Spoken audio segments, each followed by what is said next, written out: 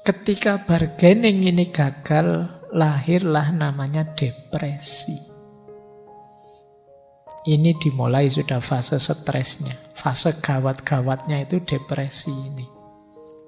Kalau tidak terkontrol bisa efeknya besar. Jadi hati-hati kalau sudah sampai fase depresi, cari cara, cari jalan untuk meringankan rasa sakit ini.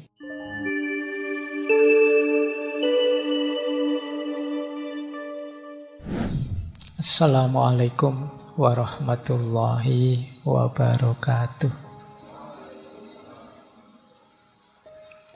Bismillahirrahmanirrahim. Alhamdulillahi rabbil alamin. Wabihi nasta'inu ala umurid dunya waddin. Allahumma sholli wa sallim wa barik ala habibina wa syafi'ina sayyidina wa maulana Muhammadin wa ala alihi wa ashabihi wa man tabi'ahum bi ihsanin ila yaumiddin. Amma ba'du. Bismillah, mari kita belajar lagi, kita mulai ngaji filsafat lagi. Tentu saja patah hati itu tidak hanya urusan laki-laki dan perempuan, cinta yang di level eros. Cinta apapun punya potensi jatuh pada sisi patah hati, kekecewaan. Meskipun nanti ya kita urean-urean bagian awal ini kita masih mengambil sisi psikologis jatuh cinta yang biasa kalian alami itu. Minggu depan mulai agak dalam ke filsafat yang jenisnya eksistensial. Minggu depannya lagi agak dalam lagi kita ke stoikisme. Dan nanti terakhir kita masuk dari pintu sufisme. Nah, paling tidak pelan-pelan kita selami diri kita memahami fenomena yang namanya patah hati ini. Dan itu ya memang bagian dari skenario ujiannya Allah untuk hidup kita di dunia ini. Kita mengalami namanya patah hati. Baik, bismillah ya, pelan-pelan. Ini belajar beneran malam hari ini, jadi bukan pengajian. Jadi kita sinau bareng. Bismillah ya, nambah wawasan. Saya awali dari sini. Saya ingin masuknya dari dunia emosi. Ini mungkin wawasan ini beberapa di antara teman-teman sudah paham. Jadi ada psikolog ahli jiwa namanya David Hawkins. Dia membahas tentang kesadaran manusia. Jadi dia bukunya judulnya Power and Force, An Anatomy of Consciousness, The Hidden Determinant of Human Behavior. Jadi ini diri kita ini, tingkat kesadaran kita itu hari ini ada di mana. Hawkins ini membuat semacam metrik, semacam peta. Terus dia skor itu mungkin level energinya. Jadi hidup kita ada di level kesadaran yang mana? Itu ada sekitar 8 tambah 9, 17 level. Yang jumlahnya 8 yang awal itu namanya force. Force ini coraknya agak negatif. Jadi kalau kita ada di level force ini, kita terjebak di situ, kita harus berjuang keluar dari situ. Yang level tinggi sisanya namanya power. Kalau power ini dimensi ketika kita mengembangkan diri. Berarti kita sudah meningkat dari kondisi force tadi. Nah, ini sisi-sisi kesadaran kita. Ini ada 17 tadi, yang paling rendah malu, yang paling tinggi pencerahan. Ya tentu saja mungkin dalam diri kita ada banyak. Saya sudah levelnya cinta Pak, tapi kadang-kadang ya ada malunya, kadang ada takutnya ya. Tapi ini yang dimaksud yang dominannya. Ada orang yang dominan dalam hidupnya itu isinya rasa malu saja. Sehingga dia merasa minder, tak berdaya, tak berharga. Ini level kesadaran paling rendah kalau versinya Hawkins. Nah, paling tingginya itu pencerahan. Makanya dia menskor energinya, level paling rendahnya 20, level paling tingginya 1000. Nah, ini mungkin menarik untuk teman-teman bahan refleksi. Saya itu dominannya ada di mana? Kesadaranku. Kalau yang paling rendah malu tadi ya, rasa minder, tak berharga, itu powernya 20. Energi 20 itu ya sulit kita mengharapkan kontribusi besar dari kita untuk hidup. Jadi ini orangnya agak mungkin sangat-sangat introvert, merasa minder, merasa tak berharga. Yaitu nanti patah hati itu ada di mana, cinta ada di mana. Nanti kita lihat betapa jauhnya drop kesadaran dari cinta jadi patah hati. Apalagi terus gara-gara patah hati terus minder. Cinta itu kan 500. Begitu terus jadi minder, malu. Mungkin minder karena, wah berarti saya ini tidak layak dicintai atau tidak layak mencintai orang, terus jadi minder. Itu kita drop jadi 20 energinya. Dari sangat aktif luar biasa jadi turun. Naik satu level dari malu ada menyalahkan diri. Rasa bersalah. Ini kadang-kadang orang patah hati kan juga bisa menyalahkan diri. Salahku. Wong ya cuma minta setia saja, aku kok ndak bisa. Nah, terus kamu kecewa, menyalahkan dirimu. Itu hidup dalam rasa bersalah, itu level energinya cuma 30. Susah produktif, pasti susah kreatif. Naik satu level ada lebih tinggi tapi juga tidak kalah buruknya. Namanya apatis. Ini wujudnya biasanya putus asa. Jadi sudah tidak ingin apa-apa lagi. Bangkitlah, sudah tidak mau. Ayo perjuangkan, tidak mau, sudah apatis, sudah. Tidak mungkin aku sukses. Tidak mungkin aku bisa dapat lagi. Sudah gonta-ganti berapa kali kok terus putus terus, sudahlah. Tidak usah mikir itu lagi. Ini apatis namanya. Orang kok dominan hidupnya apatis, isinya putus asa saja, ya pasti tidak produktif. Jadi tingkat kesadarannya masih rendah. Naik satu level menyesal. Menyesal lumayan 75, tapi itu pun masih kelompok rendah. Hidup dalam penyesalan, itu mesti tidak produktif. Ini kita ada masih di ranah force. Ranah yang tertekan. Naik satu level hidup dalam ketakutan, cemas, khawatir. Ini 100 nilainya. Nah, nilai 100 itu ya masih 10%-nya, karena yang paling tinggi 1000. Jadi kalau kalian hidup dalam ketakutan itu masih di lingkup rendah. Nah, ini sudah mulai agak agresif, tapi tetap konotasinya negatif. Di atas ketakutan ada ambisi. Hidup tidak terkendali, penuh ambisi. Ini level keinginan. Jadi orang yang hidupnya dikejar-kejar ambisi secara tidak terkontrol. Nah, ini juga masih negatif. Di atas ambisi ada marah. Marah pada seseorang itu kan manifestasi kebenciannya. Orang yang patah hati itu biasanya ada bencinya. Kadang-kadang ada juga sedikit ambisinya. Ambisi ingin balas dendam. Aku dicurangi, hati-hati saja. Tunggu saja, rasakan besok misalnya. Gusti Allah ora sare. Itu sebenarnya kan banyak yang bilang kalimat itu sebenarnya menunjukkan kondisi jiwa yang dendam. Ingin orang yang dia benci dibalas, meskipun karena aku tidak bisa balas, misi balas dendamnya aku pasrahkan pada Allah. Nah itu sebenarnya mental-mental itu tadi, ambisi, hasrat, ingin balas dendam. Melanjutkan level atasnya yaitu kebencian.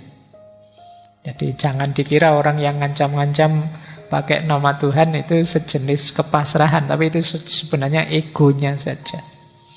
Dia ingin melampiaskan balas dendam, tapi karena terkendala situasi dia tidak mampu, maka dia tunggu Allah yang membalas dendamkan. Nah, di atas itu ada lebih tinggi dari marah, benci, itu level kesombongan, harga diri, merasa diri penting, merasa diri bisa, merasa diri lebih dari yang lain. Itu nilai energinya 175.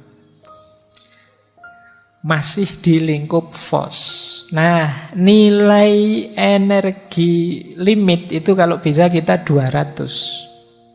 200 itu kita sudah mulai power, sudah mulai mampu mengembangkan diri, tidak terjebak dalam ego lagi. Yaitu apa? Yang 200 ini berani. Berani itu kan sifat moderat antara nekat dengan pengecut. Jadi berani itu siap bergerak, siap maju, tapi penuh perhitungan, tegas. Ini level 100. Jadi hiduplah dalam keberanian minimal. Itu kalian ada di ranah power. Ada lagi lebih tinggi, istilahnya Hawking itu netralitas. Meskipun mungkin arahnya pada keyakinan, hidup dengan mantap yakin. 250 powernya. Atau hidup dalam optimisme. Ini beda dengan keinginan tadi. Kalau ini mungkin terjemahannya kemauan. Optimis, tidak pesimis. 310. Lebih tinggi lagi memaafkan. Memaafkan itu powernya besar. 350. Lebih tinggi lagi berpikir. Nah, limit yang kedua kalau teorinya Hawking, selain 200, perhatikan limit 500 itu. 500 ke atas kita mengalami puncak-puncak tujuan-tujuan ideal hidup. Hidup dalam cinta, naik lagi lebih tinggi hidup dalam sukacita, hidup dalam kegembiraan, ketenangan, naik satu level lagi hidup dalam kedamaian, kebahagiaan, dan puncaknya adalah hidup dalam pencerahan. Jadi kalau pencerahan ini tidak bisa dijelaskan sudah. Kita yang merasakan. Ini momen kalau di ilmu ini momen eureka. Momen wow, momen ketakjuban. Momen Allahu Akbar. Itu momen pencerahan paling tinggi. Nilainya 700 sampai 1000. Nah, semoga teman-teman, saya tidak tahu ada di mana, semoga ada di power ya, tidak ada di force. Kalau ada di force, kita ada di wilayah yang negatif. Mari menghidupkan power. Nah, gejala-gejala fenomena yang malam hari ini kita bahas, broken hearts, patah hati, itu banyak ada di force. Ayo kita jadikan yang di force ini geser ke ranah power. Makanya sering saya bilang, tidak hanya cinta, patah hati pun sebenarnya energinya banyak. Maka ayo kita meskipun patah hati, tapi paling tidak masih tetap berani, masih tetap optimis, masih tetap misalnya mau berpikir, masih bisa memaafkan. Sudah patah hati, diputus, tidak mau memaafkan, dendam lagi. Oh, itu kamu ada di force. Kamu terjebak dalam kegelapan rasa sakitmu. Coba kamu mau memaafkan, kemudian optimis melihat ke depan, bisa menerima, apalagi tetap tenang, bahagia. Kamu luar biasa. Nah, ini cara antara lain, karena teori untuk membaca jiwa itu kan luas sekali. Ini antara lain dari para ahli jiwa untuk memahami fenomena kesadaran kita. Ini loh yang mendorong hidup kita. Ini nanti jadi profil kepribadian kita. Kalian setelah ini boleh introspeksi, Pak saya itu tipe orangnya pemikir Pak, lumayan. Power 400. Pak saya itu tipe orangnya ceria Pak, gembira terus, lumayan 540. Pak saya itu hidup dalam penyesalan Pak. Wow, itu kamu berarti ada divorce level 4, 75. Pak saya hidupnya penuh kebencian, kamu ada divorce, meskipun nilainya 150. Nah, ini caranya begini nanti. Kalau ingin memahami level kesadaranmu di mana. Baik, ini pengantar ya untuk memetakan jiwamu sebelum kita nanti nangis-nangis patah hati. Ayo kan, ini teorinya ini. Baik, kita mulai membahas ya ke tema kita patah hati. Tapi ini belajar loh, ini bukan, kita awali dari sini. Untuk patah hati kan jatuh cinta dulu. Jangan sampai kamu belum jatuh cinta kok sudah patah hati. Pak saya belum nembak, belum jatuh cinta sudah patah hati, itu namanya minder. Nah, kita belajar dulu dari jatuh cintanya ya. Ini yang sejak dulu saya janjikan saja untuk menjelaskan cinta dari perspektif neurosains. Saya bukan ahli neurosains, jadi nanti teman-teman boleh memperdalam, konfirmasi lagi teori ini di wilayahnya dan dengan ahlinya. Ini teori ini ada di banyak buku, misalnya di Sapiennya Yuval misalnya. Nah, ini untuk menjawabnya ya, kenapa sih Pak kok saya jatuh cinta? Kenapa sih kok saya suka dia? Kenapa sih kok saya bisa tertarik padanya? Ini secara neurosains, kita itu sepanjang evolusi kita, evolusi manusia. Manusia itu kan berkembang terus, berevolusi terus. Itu manusia itu sudah belajar karena mengikuti fitrahnya. Kita ini kan punya fitrah berketurunan, punya fitrah melanjutkan generasi, punya fitrah menikah dan lain sebagainya. Itu sejak awal kita sudah belajar untuk menghidupkan fitrah ini. Nah, maka otak kita terkondisikan untuk mengikuti fitrah itu, termasuk fitrah berketurunan. Nah, maka generasi manusia awal itu juga sudah punya ideal-ideal, pasangan yang menurut mereka cocok untuk melanjutkan generasi. Nah, mungkin ada yang menganggap ini cari saja yang subur, yang cirinya begini, cari saja yang aktif, yang cirinya begini, cari saja. Itu nenek moyang kita sudah punya standar-standar. Mereka belajar, oh jangan menikah dengan perempuan kayak gini deh, kalau kayak gini itu. Nanti perempuan jangan mau kalau dinikahi laki-laki kayak gitu deh. Ini sepanjang sejarah manusia itu belajar tentang ini. Sejak era purba manusia sudah belajar. Nah, pelajaran ini yo direkod dalam otak manusia. Yang itu kemudian yo lama-lama terkumpul, sandinya tersimpan di otak kita, dalam sinyal-sinyal saraf-saraf otak kita. Jadi itu warisan nenek moyang kita. Di dalamnya ini ada sirkuit macam-macam, termasuk tadi standar-standar pasangan ideal. Yang itu nanti didukung oleh hormon neurotransmitter yang ada di kepala kita. Jadi sandinya sudah ada. Misalnya tipe ideal istri versi Indonesia mungkin beda dengan tipe ideal versi Afrika atau versi Amerika. Versi Melayu mungkin beda dengan tipe ideal versi manalah, India atau mana. Ini sesuai rekod cetak yang ada di kepala kita. Ini warisan nenek moyang kita. Nah, selanjutnya isi kepala yang isinya sandi-sandi itu yo akan jadi secara tidak sadar jadi standar kita. Kalau melihat pasangan yang menurut sandi-sandi tadi cocok, menurut sirkuit-sirkuit tadi cocok. Itulah mengapa kadang-kadang bagi temanmu sahabatmu yang satu ini tidak menarik, tapi kok malah temanmu yang satunya jatuh cinta sama dia, itu mungkin ada warisan-warisan standar yang cocok.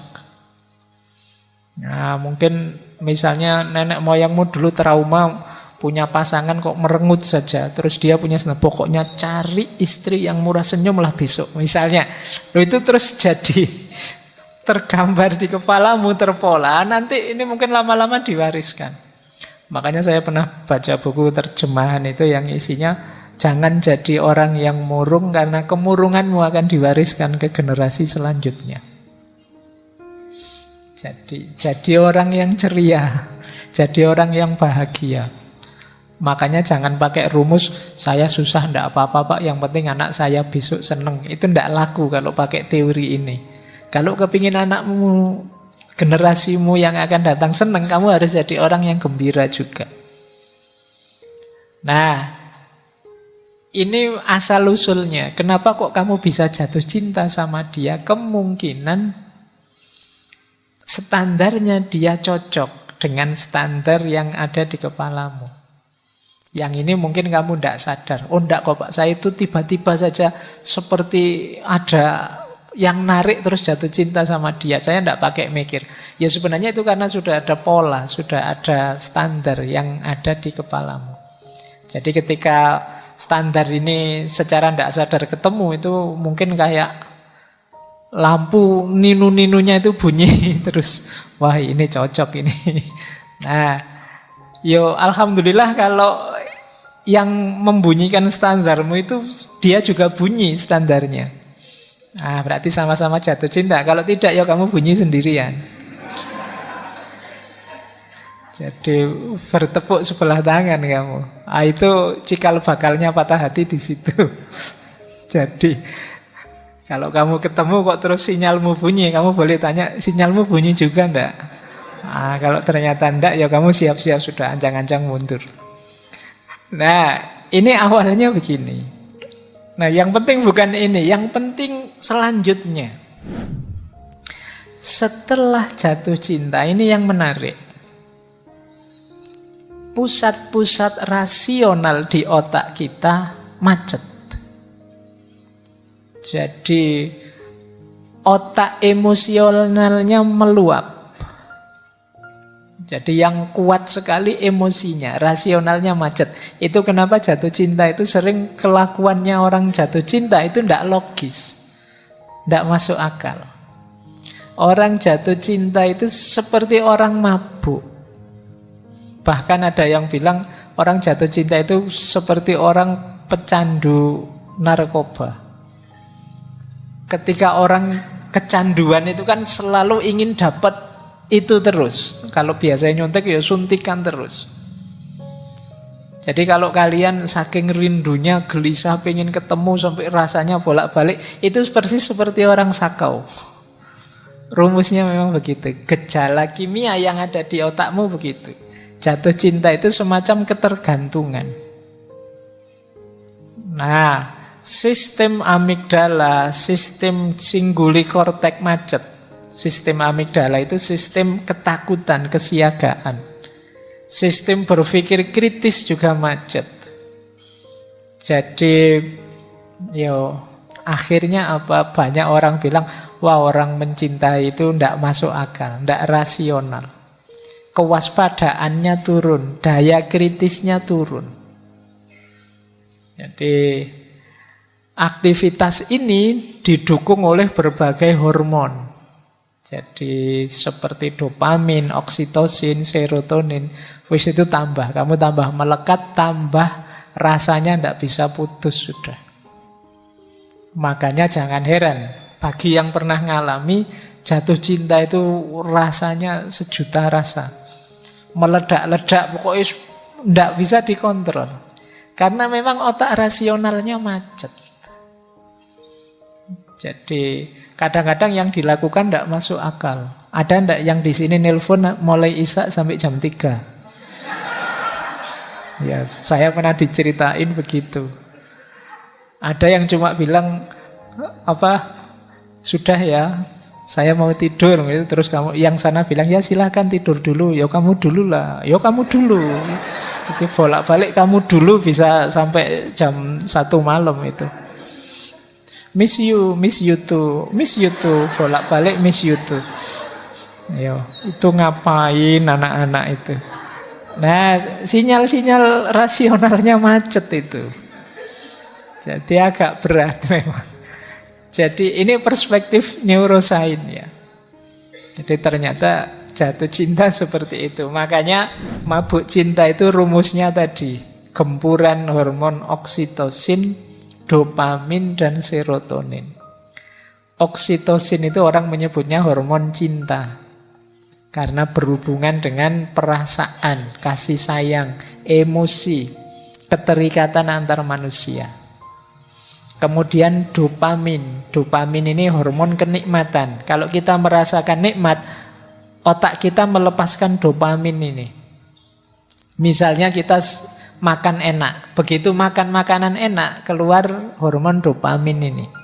Mendengar lagu kesenangan kita, keluar dopamin ini. Ketika dopamin ini keluar, biasanya kita tambah bergairah, tambah semangat, tambah kreatif. Jadi cuma ya dopamin ini yang namanya kenikmatan itu kan ada durasinya. Tidak tahan lama. Itu makanya orang jatuh cinta itu beda antara pertama kali jatuh cinta dengan 6 bulan sesudahnya, setahun sesudahnya, apalagi 4 tahun sesudahnya. Ya gairahnya berbeda, intensitasnya beda. Jadi kenapa ya sudah mulai berkurang asupan dopaminnya. Nikmatnya beda, kayak kita makan itu loh. Waktu lapar-laparnya makan itu kan nikmat luar biasa, senengnya luar biasa. Tapi ketika kita tambahi piring kedua, mungkin nikmatnya tinggal setengah. Kita tambahi piring ketiga, mungkin nikmatnya tinggal 1/4. Piring keempat sudah tidak muat lagi, tidak enak, sudah kita paksa muntah mesti. Meskipun makanan kesenangan kita. Nah, mungkin kesenangan kita pasangan mungkin juga begitu. Jadi kalau hanya berhenti di kesenangan, durasinya pendek. Kalau hanya ingin mencari senang, itu tidak panjang. Itu mengapa ya kalau baru jatuh cinta, engkaulah segalanya. Engkau satu-satunya yang paling cakep pokoknya. Tapi nanti dapat 2-3 tahun itu ternyata yang lain lebih banyak, yang lebih cakep. Ah, itu berarti hormonnya sudah mulai habis, berkurang. Makanya jangan pacaran lama-lama, segera menikah. Kalau pacarmu tanya, kok buru-buru menikah? Keburu hormonnya habis. Kalau hormonnya habis, tidak menarik lagi nanti. Biar nanti tidak berhenti di mahabbah yang sifatnya eros tadi. Hanya kesenangan, tapi naik level. Ya jalannya menikah. Nah, selain dopamin nanti ada serotonin. Serotonin ini hormon kebahagiaan. Jadi biasanya membuat hati tenang, membuat hati nyaman, mengurangi depresi, ini serotonin. Nah, 3 hal ini kan menyenangkan.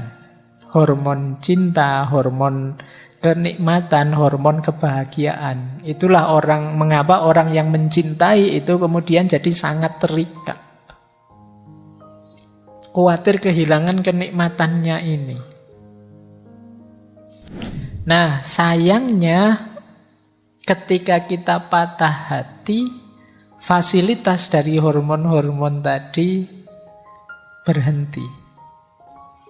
Itu yang membuat kita cemas, tertekan, terisolasi. Akhirnya otak berusaha mencari gantinya. Pokoknya apa saja boleh. Itu makanya ini yang saya bilang orang patah hati maupun orang jatuh cinta itu energinya luar biasa. Sama-sama otak rasionalnya macet. Sehingga kadang-kadang melakukan hal-hal yang tidak terbayangkan. Baik ketika jatuh cinta maupun ketika patah hati. Itulah gunanya kita harus hati-hati dengan energi yang kita miliki saat jatuh cinta maupun patah hati. Karena ketika kita patah hati pun ya daya kekecewaan, daya kekesalan, daya rasa sedih, sakit karena kehilangan kenikmatan, kesenangan, kebahagiaan tadi, itu bisa tersublimasi jadi apa saja. Orang bisa melakukan apa saja, bahkan yang tidak terbayangkan. Ada banyak cerita-cerita bagaimana orang patah hati atau orang jatuh cinta itu melakukan hal-hal yang sama sekali tidak terbayangkan oleh kita. Mungkin kalau kita geleng-geleng tidak akan mau seperti itu. Tapi bagi yang ngalami jatuh cinta itu tidak masalah melakukan itu. Jadi orang luar yang melihatnya, alah kok gitu amat sih wong jatuh cinta aja kok. Itu wong patah hati itu aja susahnya apa sih mbok nyari lagi. Ya kamu yang tidak ngalami ngomong enak saja begitu. Yang ngalami itu jungkir balik dia. Diputus emangnya kenapa mbok yo nyari lagi. Mau yang lain ya banyak, mau yang lebih jelek apa lagi. Misalnya, tapi tidak sesederhana itu loh. Bagi kalian yang pernah ngalami, semoga tidak ada. Ya saya tahu lah, ini kan anak alim semua. Nah, ya, jangan-jangan kasusnya seperti tadi, belum pernah jatuh cinta Pak, ya tidak mungkin patah hati. Tidak masalah bahwa orang yang patah hati itu bagi dia tidak masalah dia melakukan apapun asal bisa ada ganti dari kenikmatan, kebahagiaan, rasa cinta tadi yang sekarang hilang. Karena sebelumnya sudah terlalu melekat ke sana.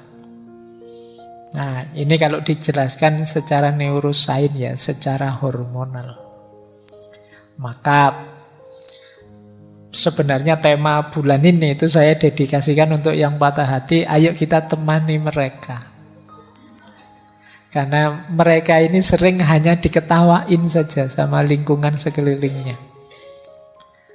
Kita selalu mengagung-agungkan cinta, kita ngomong kemana-mana tentang betapa luar biasanya cinta. Tapi kita lupa ada sisi gelapnya cinta yang namanya patah hati. Yang oleh masyarakat dipandang remeh, dipandang sepele. Padahal bagi yang ngalami itu beratnya luar biasa. Jadi kita mungkin susah menasehati mereka. Saya bilang tadi banyak saluran-saluran rasional yang mampet, tapi paling tidak kita bisa menemani mereka. Nah, itu sebenarnya tujuannya, biar mereka juga merasa ternyata yang aku rasakan ini sesuatu yang penting. Mereka ini mungkin agak paradok, masyarakatnya bilang alah begitu aja, alah wong tidak penting saja, tapi kok sakitnya seperti ini ya, kok beratnya seperti ini ya. Baik. Oke ya, ini penjelasan perspektif neurosainsnya. Nah, yang ingin lebih dalam boleh nanti. Hari ini banyak buku-buku yang menjelaskan ini. Bagaimana kondisi otak, situasi otak saat orang mengalami jatuh cinta maupun patah hati. Oke, sekarang kita dalami kondisi emosinya. Patah hati itu, sederhananya biasanya didefinisikan kondisi emosi yang mengalami kekecewaan dan kesedihan mendalam karena harapan tidak sesuai dengan kenyataan.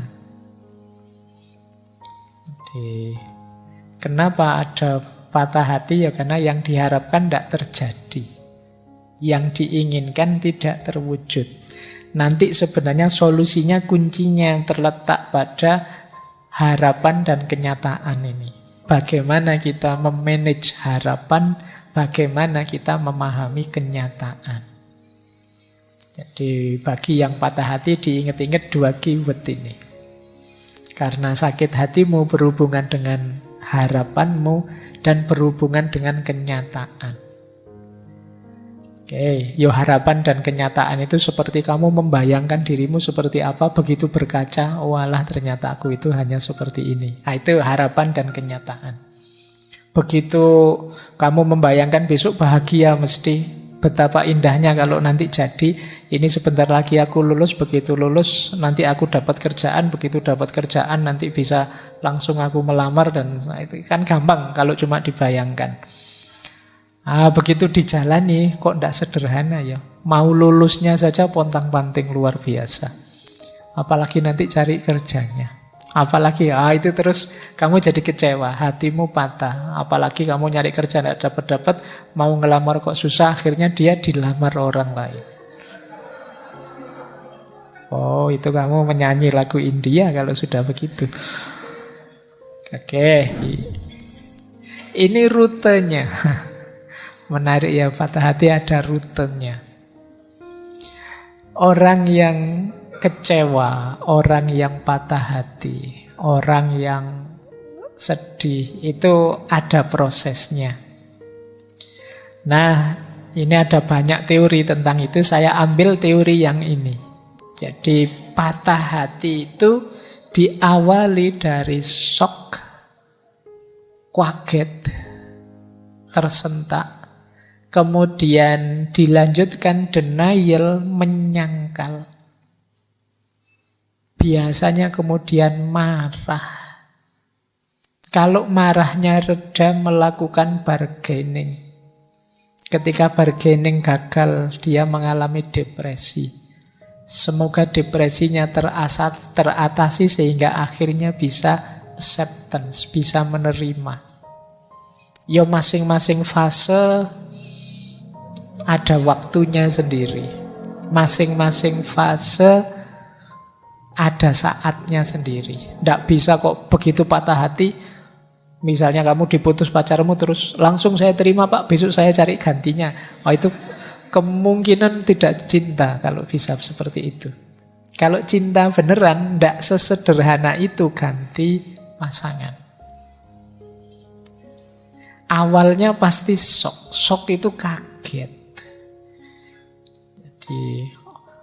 Apa ada yang diputus pacarnya tidak kaget? Apa ada yang mengalami kekecewaan ditinggal yang dia cintai? Apapun atau siapapun yang dia cintai itu tidak kaget dan kecewa. Setiap orang pasti shock. Kamu sangat sayang dengan motormu, terus motornya terpaksa dijual karena utang SPP-mu banyak misalnya. Itu kan kamu tetap shock. Kenapa semula ada cinta di situ sekarang berpisah? Apalagi sama kekasih hatimu. Jadi tidak ada orang yang cinta beneran. Sudahlah kita sendiri-sendiri saja, putus saja terus alhamdulillah itu. Ya kalau bisa begitu itu namanya tidak cinta. Cinta beneran pasti shock. Bahkan selanjutnya denial, menyangkal. Wong sudah jelas diputus, kamu masih enggak kok. Itu mungkin dia marahnya sementara, nanti mesti balik lagi kok. Jadi ini masih nyangkal. Enggak, ini mungkin hanya temporer saja. Enggak, ini nyangkal. Jadi enggak percaya aku, dia bisa jauh dariku, masih menyangkal. Padahal faktanya sudah jelas. Ya kayak kamu dapat nilai E terus kemudian, wah, tidak percaya aku, mungkin dosennya salah, mungkin itu karena memang serangan pertama itu menyakitkan, sehingga orang terus menyangkal. Jadi tidak terima kalau dirinya mengalami rasa sakit itu, menyangkal. Nah, fase menyangkal ini bisa panjang. Tidak kok, dia mesti akan kembali lagi padaku, tunggu saja. Ini fase menyangkal. Sehingga kamu mungkin bisa berminggu-minggu, bisa berbulan-bulan menunggu dia kembali. Dan dia tidak kembali-kembali. Nah, kalau sudah begitu biasanya masuk ke fase selanjutnya marah. Anger. Nah, marah ini ya macam-macam bentuknya. Bisa dilampiaskan kemana-mana, bisa menggerutu, bisa dipendam saja. Tapi ada fase marah. Mengapa kok harus aku?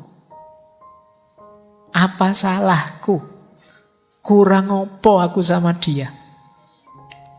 Sudah habis bensin berapa liter aku nganter dia. Loh, itu marah sudah, itu kemarahan sudah. Kalau tadi menyangkal, begitu sadar dia ternyata benar-benar pergi, marah mesti. Itu fasenya. Itu kalau pasangannya terus nikah dan dia ada di fase marah ini, hati-hati kalau datang ke pesta pernikahanmu, bisa rame itu. Kalau fase denial mungkin masih dia agak menarik diri, tapi begitu marah itu pengennya melampiaskan keluar. Setelah marah biasanya ada bargaining. Dia akan mencari cara, mbok yo jangan pergi, wis kamu pingin apa wis. Mbok yo jangan berpisah, kamu perlu apa? Apapun yang kamu inginkan aku penuhilah. Itu bargaining namanya. Kadang-kadang kalau tidak bisa bargaining sama orangnya, kita bargaining sama Tuhan. Ya Allah, mbok kembalikan dia padaku wis. Saya tak rajin sholat lah mulai sekarang. Saya tak, nah, ini bargaining namanya.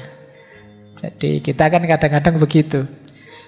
Ya Allah, saya tahu saya itu malas kuliah, tapi semoga saya lulus ya Allah. Janji setelah ini saya, itu bargaining. Saya ngerti dia kecewa padaku, dia marah padaku karena saya kemarin khilaf sebentar, tapi semoga setelah ini saya ndak wis, saya janji ndak akan lagi. Ini namanya fase bargaining.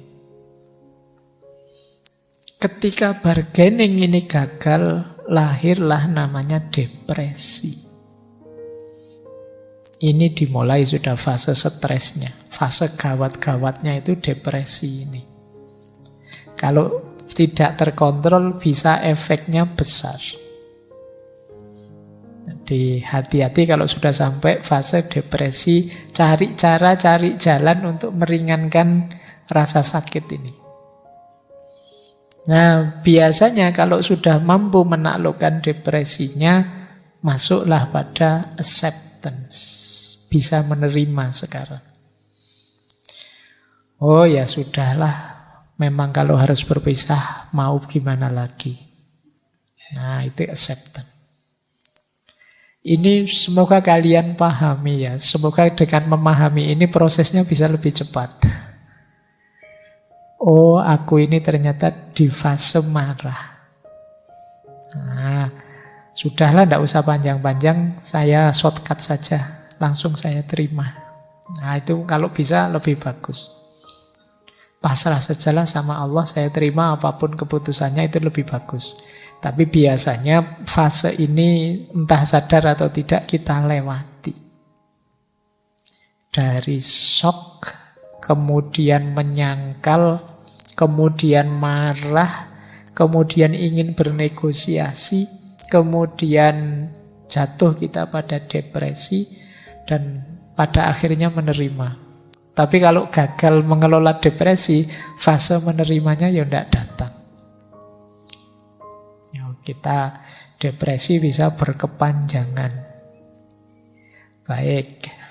Jadi ini rutenya, atau mungkin pakai kalimat yang dulu pernah saya gunakan secara berbeda. Fase paling awal itu menyangkal, not me, bukan aku, aku ndak ngalami ini. Kalau ini gagal terus dia masuk ke fase kedua, why me, mengapa kok aku yang mengalami peristiwa sepahit ini.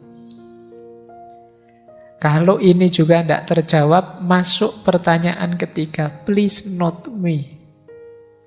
Tolong jangan aku deh, tidak kuat aku kalau ngalami yang seperti ini. Ini juga gagal, tanya lagi, why it still me. Kenapa kok ternyata memang aku yang gagal ini. Ternyata memang aku yang ditinggal. Terus fase bargaining. Fase bargaining itu I will but. Oke lah, tidak apa-apa, tapi saya perbaiki lagi. Nah, itu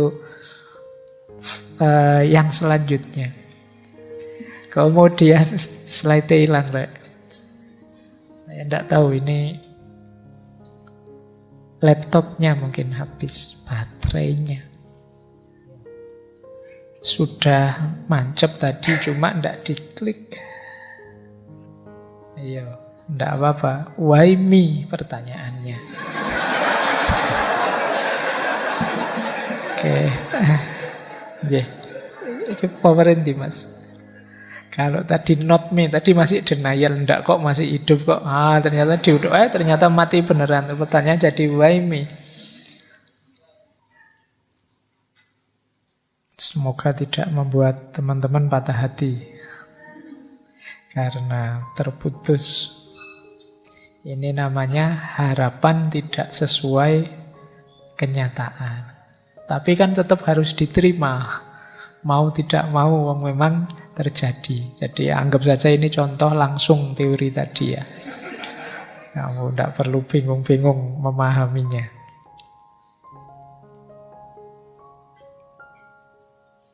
Baik, tidak apa-apa ya terputus. Jangan khawatir meskipun putus, selesainya tetap on time kok. Ya, tidak ada injury time-nya.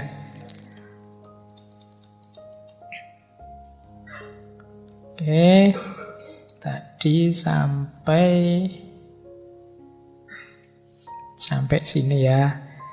Jadi ini sebenarnya sama dengan yang sebelumnya tadi. Shock, denial, anger, bargaining, depression, acceptance. Cuma dengan kata yang berbeda. Awalnya orang menyangkal, mesti bukan aku. Kok ternyata aku? Why me? Kenapa kok aku? Kemudian menegaskan lagi, mbok yo jangan aku. Terus kenapa sih kok masih aku? Why it's still me? Oke lah, mbok begini saja, itu bargaining. Tapi pada akhirnya ya diterima, it's okay, tidak masalah. Berarti sudah acceptance. Tapi ini prosesnya sampai it's okay ini panjang. Saya pernah baca buku itu paling cepat 6 bulan. Paling cepat loh ya berarti. Itu berarti bisa panjang. Ada ndak yang patah hati sampai hari ini terbayang-bayang terus? Nah, mestinya masih ada. Padahal patah hatinya sekian tahun yang lalu. Nah, kita menyebutnya ndak bisa move on. Tapi ya memang proses. Yang dalam diri setiap orang beda-beda proses sembuhnya patah hati ini. Patah hati dengan apapun, dengan siapapun. Wong yo kita berpisah dengan apapun siapapun di dunia ini kan pasti. Makanya kemampuan mengelola patah hati itu bagi saya penting. Mungkin saja kita tidak patah hati dengan pasangan kita, tapi pasti pada saatnya kita akan patah hati juga, berpisah juga dengan apapun. Baik, kita lanjutkan ya. Jadi ini rutenya. Sekarang kita cek efeknya. Nah, hati-hati loh ya, patah hati juga berhubungan dengan kesehatanmu. Yang pertama apa? Gangguan kecemasan kronis. Jadi tubuh kita ini punya mekanisme fight or flight. Kalau merasa ada bahaya. Kayak kita waktu ketemu harimau misalnya di depan kita. Itu kan alternatif juga fight or flight. Nah kita cirinya apa? Tubuh kita bereaksi fight or flight itu biasanya ya kita gemetar, jantung berdebar-debar, kepala pusing, mual, cemas, takut ini, takut itu. Ini kecemasan kronis. Tidak ada apa-apa kita gemeteran sendiri, takut sendiri, jantung berdebar, kepala pusing. Ini fight or flight.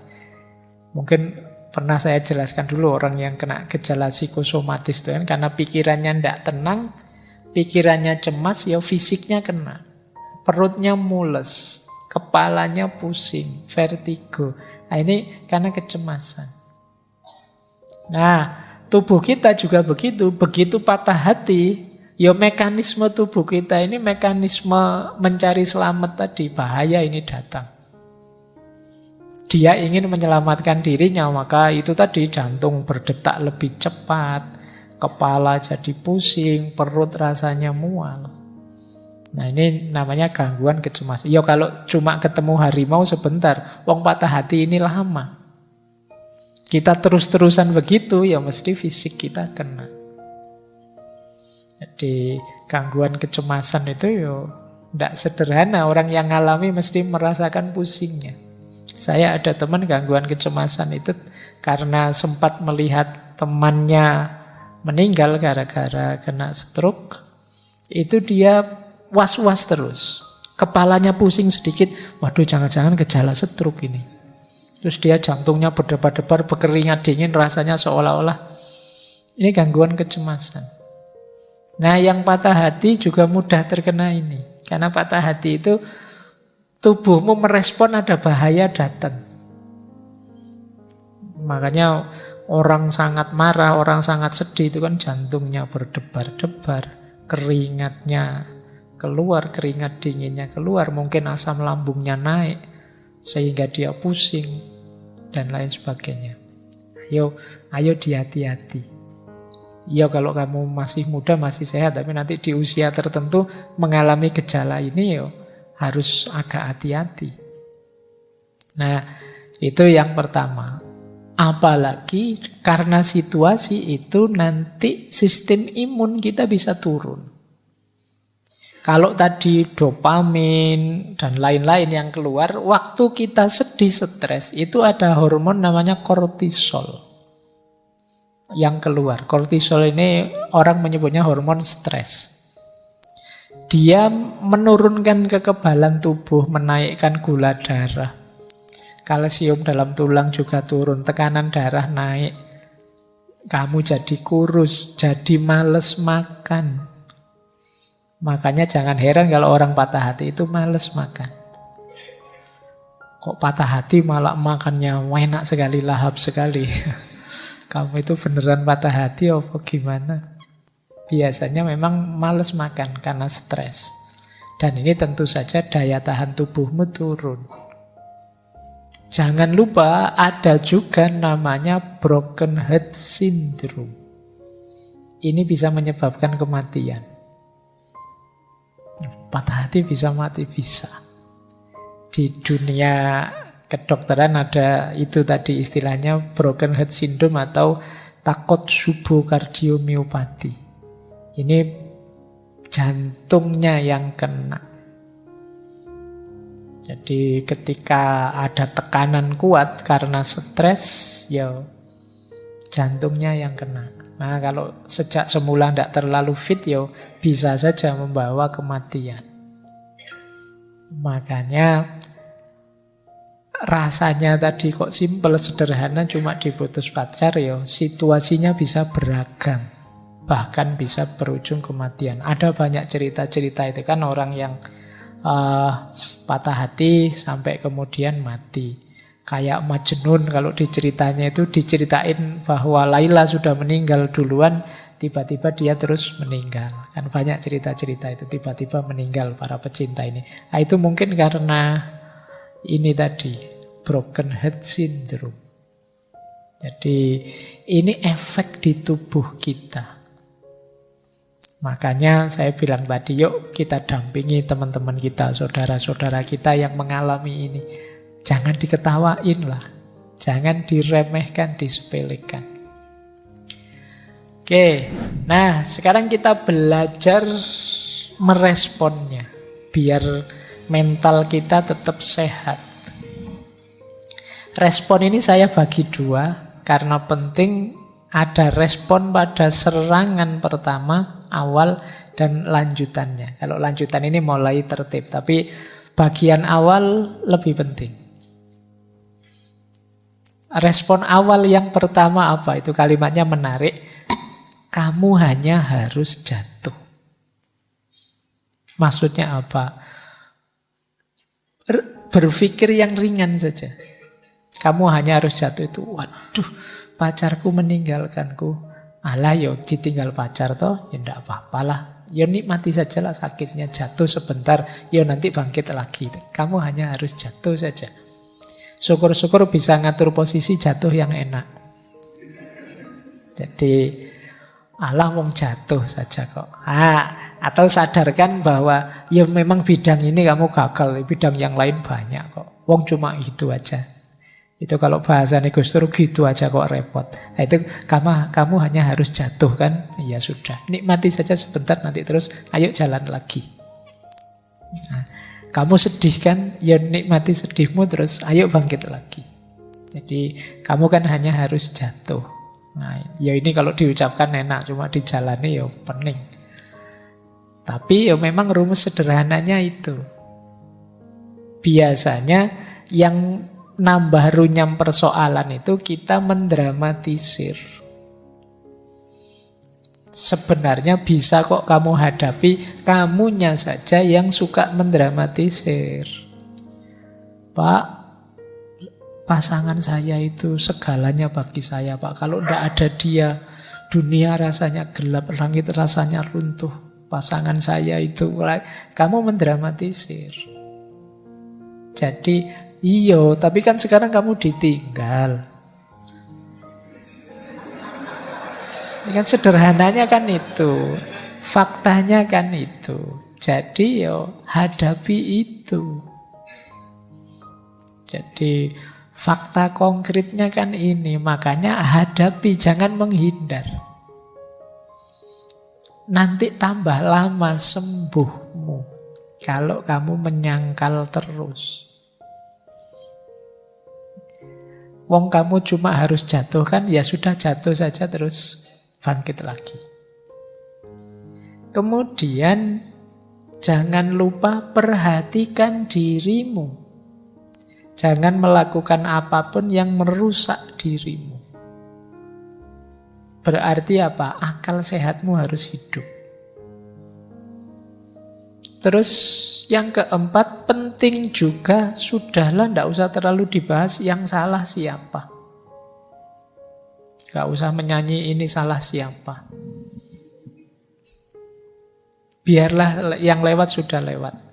Bikin cerita yang baru. Jadi lupakan, maafkan. Nah ini Pak enak saja ngomong, ini yang sakit yang nanggung. Lah yo ini tipsnya. Jadi biar kamu tidak sakit. Kalau respon awal selamat, biasanya karena lepas kontrol itu di awal. Kalau sudah, ayo disembuhkan, pelan-pelan. Nah itu baru respon lanjutan tadi. Respon lanjutannya apa? Beri dirimu waktu. Tidak apa-apa kok, butuh waktu. Ya diikuti prosesnya. Kadang-kadang kita yang agak mempressure mereka, ayo segera lupakan, segera. Loh, tidak segampang itu untuk bisa melupakan. Ya kalau amnesia. Kalau masih sehat tidak bisa langsung melupakan. Tetap teringat terus, tidak apa-apa. Beri waktu dirimu. Tapi jangan berlama-lama. Memang tidak mungkin bisa langsung lupa. Lewati penyangkalan tadi ya, berarti sudahlah tidak usah menyangkal lagi, diterima saja. Dan berhenti bertanya mengapa itu terjadi. Terus maafkanlah. Nah, selanjutnya apa? Teringat tidak apa-apa, tapi jangan diingat-ingat. Beda ya, teringat dengan diingat-ingat itu. Diingat-ingat itu berarti sengaja mengingat. Ya kamu tambah sakit nanti. Tapi teringat pasti iya, wong namanya pernah punya banyak kenangan indah, ya mesti saja teringat. Biasa saja, tidak apa-apa. Dia datang silahkan, mau pergi lagi silahkan, di pikiran loh. Pak kok saya teringat dia, ya tidak apa-apa, diikuti saja. Nah, nanti pada saatnya ya lupa lagi, nanti kapan datang ingat lagi, lupa lagi, biar saja. Tapi jangan secara sengaja diingat-ingat. Kelihatan kok secara sengaja mengingat-ingat itu. Jangan-jangan kamu tiba-tiba stalking Instagramnya, ngecek YouTube-nya. Ya kamu tambah sakit nanti. Kalau ke situ-situ lagi, jangan-jangan dia posting sama pasangannya yang baru. Wah tambah sakit lagi kamu.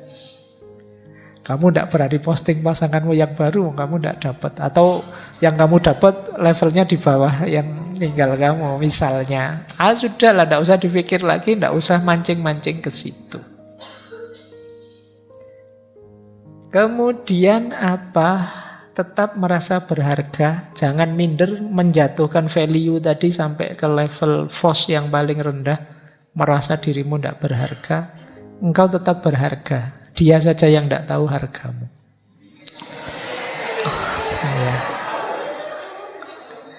Yo, maksudnya dia saja yang tidak tahu hargamu. Kalau dia tahu, ninggal kamu sejak lama. Oke. Terus, ya wis, pokoknya tetaplah engkau orang yang berharga, tidak usah khawatir. Nah, Saatnya kamu menghidupkan sistem pendukungmu. Sistem kita itu kan punya banyak sistem pendukung. Kita punya keluarga, kita punya teman, kita punya sahabat, lingkungan kita banyak kok. Sistem pendukung di sekeliling kita banyak. Ayo dimanfaatkan. Punya teman curhat, punya sahabat. Kembali ke keluarga yang selalu pasti siap menerima kita. Jadi ada banyak supporter kita, tidak usah khawatir. Terus layani diri kita dengan baik. Sementara memanjakan diri tidak apa-apa. Pengen makan enak, ayo. Pengen tiduran yang lama, rebahan, ayo. Wong yo kemarin juga sudah rebahan terus kan. Jadi sekarang ada alasannya, tidak apa-apa. Terus cobalah aktivitas atau hobi yang baru. Cari kesibukan lah biar nggak ngelamun terus.